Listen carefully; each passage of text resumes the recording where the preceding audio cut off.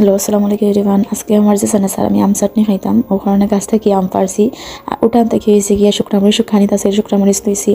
আর আমার নানা বাড়ি আইসলাম, তো আমরা আমার গরুর বই নিয়ে আসছেন সকল। তো তারা কইলাম চলো আমার লগে স্বাদ দাও, আম জুলাইয়া তো আমার আমি কাটার করি। তো আমি কাটার খাওয়াত লাগি গেছি যাতে তারা একটু স্বাদ দেওয়া যায়। তারপর আইলাম চুলাত আইয়া শুকনামরিচও বাজি দিলাম। তারপর রসুনও তারা দিছে চুলাইয়া, রসুনও হয়েছে গিয়া বাজলাম। বাজার পরে একটু আর কি নরম হইতেইব রসুন, না তো মাখানি যেত না, এখানে রসুন নরম করছি। তারপরে আমার হাতও জ্বলে, তো তাইরে কইলাম আমার আমার গরু বই তুমি আমার মরিচ ভাঙ্গিয়া দিলাও, সুন্দর করে মাখাইয়া দিলাও। আর আমি সরষের তেল দিলাম, ফোটা যেতে সরষের তেল দিছি। তারপর হচ্ছে রসুন, আমরা কিছু গফও করলাম বিয়া বিয়া সব বই নিতে। তারপরে লবণ দিছি।